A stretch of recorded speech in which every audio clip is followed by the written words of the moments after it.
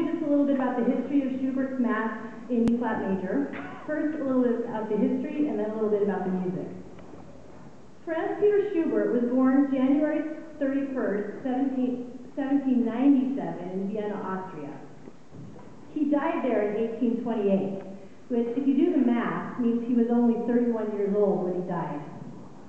Like other Wunderkinds who died young and remind us all how far behind we already are, Mozart, Bob Marley, Jesus, Schubert was remarkably talented and prolific.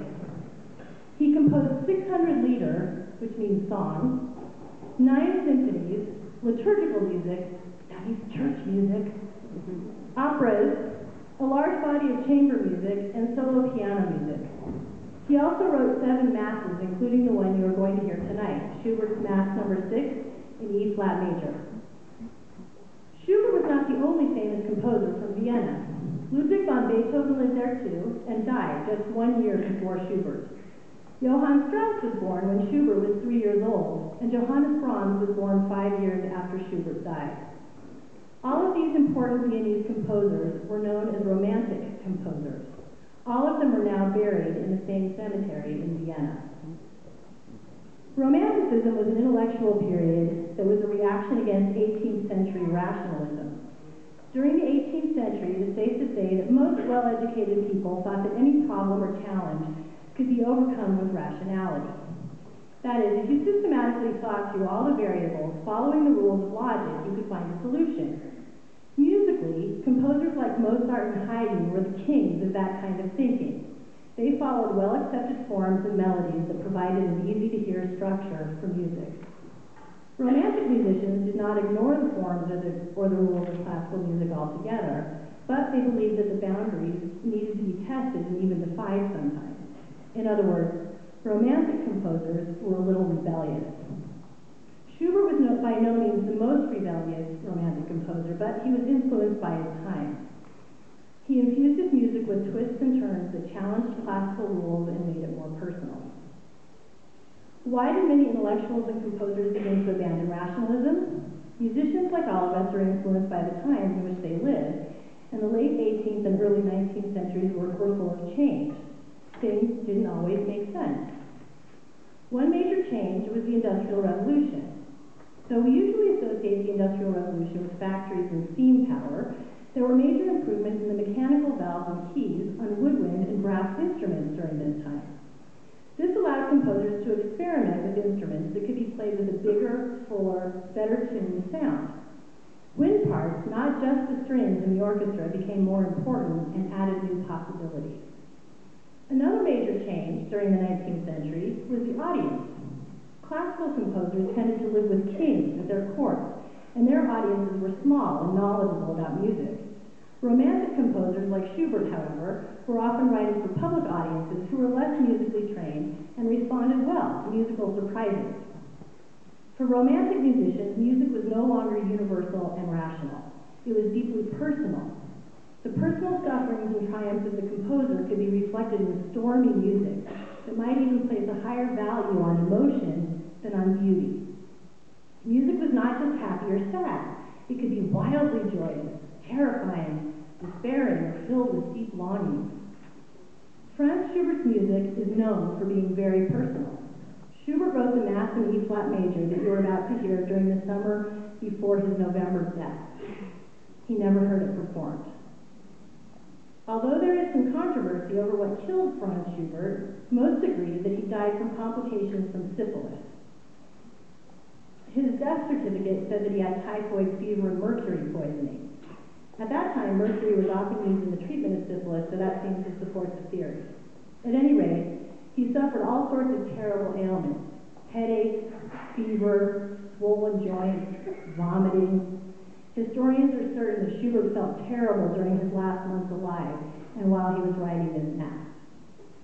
The question of this being a Mass turns out to be a bit of a question, actually. Normally, a Mass is the music that is performed during a Catholic church service. There are prescribed sections that follow the order of the service, and the words come from the Bible. They are always the same, just the music and the number of times phrases are repeated changes. It turns out that in this Mass, Schubert changed the words of the Mass a lot. The most blatant violation of the rules were in the Credo section. There, he left out a key line for Catholics. Pardon my Latin, it's not great, but look at the gist. It says, Credo in unum sanctam Catholicam et apostolicam ecclesiam, which means, I believe in one holy Catholic and apostolic church. He left that out. In this particular Mass, he also revised the Credo section in other ways. He left out 3 phrases that have to do with, first, the nature of God, second, the nature of the Eucharist, and third, the firm belief in the resurrection of Christ. All of these are key aspects of the theology that make a Catholic service Catholic. Although Schubert attended church occasionally, he was irregular about it. Although he wrote church music, many conductors who wanted to use his music had to create arrangements of his masses that included the text that he left out. In 1897, church officials in Vienna passed a law banning Schubert's masses from being used as liturgical music. Throughout the grandest parts of the Gloria and the Credo, there are unsettling chromatics that seem to evoke the personal pain Schubert was suffering, not only physically, but perhaps also because he was questioning his personal faith. The first time Schubert's Mass in E-flat major was performed, he had already died. Schubert's brother conducted it in a church called Dreifaltigkeitskirche, which is Trinity Church in English. This was the church where Beethoven's funeral had been held, and Schubert had actually been a torchbearer for that ceremony. Some historians believe that Schubert wrote this Mass as a tribute to Beethoven, and that it was composed as a concert piece. Now, of course, it has become sort of a memorial to Schubert himself because he died so shortly after he composed it. Some of the things you need to listen for in Schubert's Mass in E-flat major. First of all, try not to be too sad that there have been a few cuts made to shorten the Mass. If we were to do the whole thing, it would be over an hour. It starts out with a Kyrie, which means Lord have mercy. There is a big orchestral entrance, which was something fairly unusual then.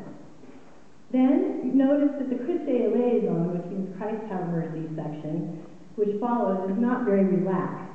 Usually in Masses, composers made the Christe section more calm. But in Schubert's, you will hear a bunch of triplets that create a sense of nervousness and urgency. In the Gloria section and the Benedictus section, listen for 3 major instrument groups. It starts out with 3 bars of unaccompanied chorus, and then the violins come in rising 2 octaves very quickly. Then the trombones come in. This is a deep brass sound, and finally you get the timpani, the kettle drums. The strings, the low woodwinds and brass, and the percussion are meant to be a symbolic expression of the working of the Holy Trinity. The chorus interacts with all 3 instrument families as people interact with God. The Benedictus is a beautiful pastoral quartet. We're talking about student soloists here. The quartet gives way to a fugue that seems to portray a spirit of gloom. As the Dona Nobis Pacem winds the Mass up, listen for the menacing fugue under the more serene melody. In the end, you'll be left with this state of ambivalence, torn between minor and major keys, symbolizing anguish and calm, grief and hope. The good news is that the Mass ends in E-flat major. Major keys are symbolically optimistic.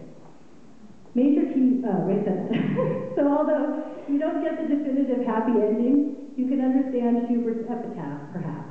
On his tombstone it says, "Here, music has buried a treasure, but even fairer hopes." So we hope you enjoy it. Give it up now for almost the entire choral and instrumental program at Cherry Creek High School.